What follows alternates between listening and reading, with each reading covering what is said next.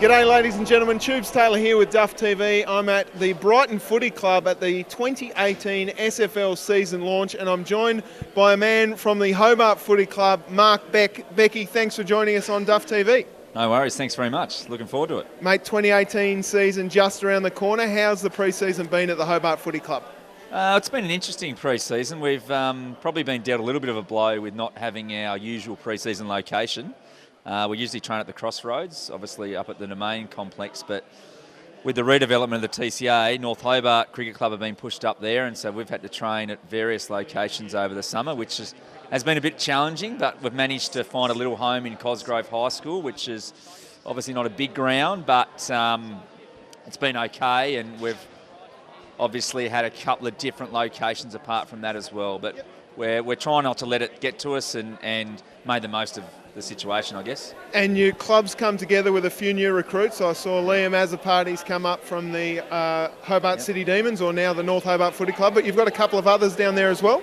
We've been really lucky. Obviously, one thing we identified last year was we wanted to bring in some more talent from the TSL and probably guys with a bit of a connection to the club as well. Obviously, Liam is a former Hobart Tiger from the TSL days. I was lucky enough to play with him back when he was really young, so I was excited to sort of get him back involved, and he's been a fantastic leader over the pre-season. So much so that he got voted in as our captain, our co-captain, along with Sam Reeves just recently, so that's fantastic. On top of that, we've got Jaden Charlton from Hobart City as well.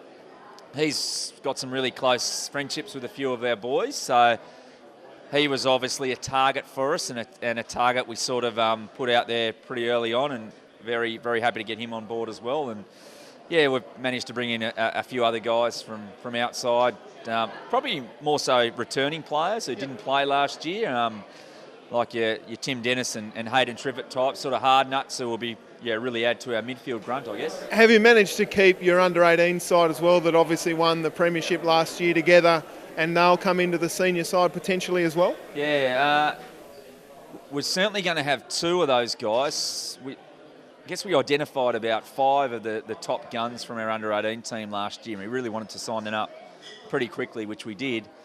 And out of those guys, probably had 2 of those guys who are really going to step up to play seniors straight up, I reckon. Yep. And the other 3 or 4 have been thereabouts, probably had interrupted pre-seasons, work and travel and things like that.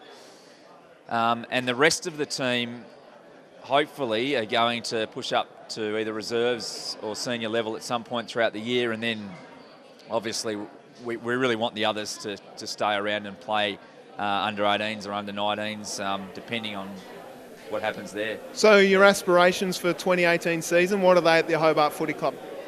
Well, we didn't make the finals last year. We started pretty ordinary, really.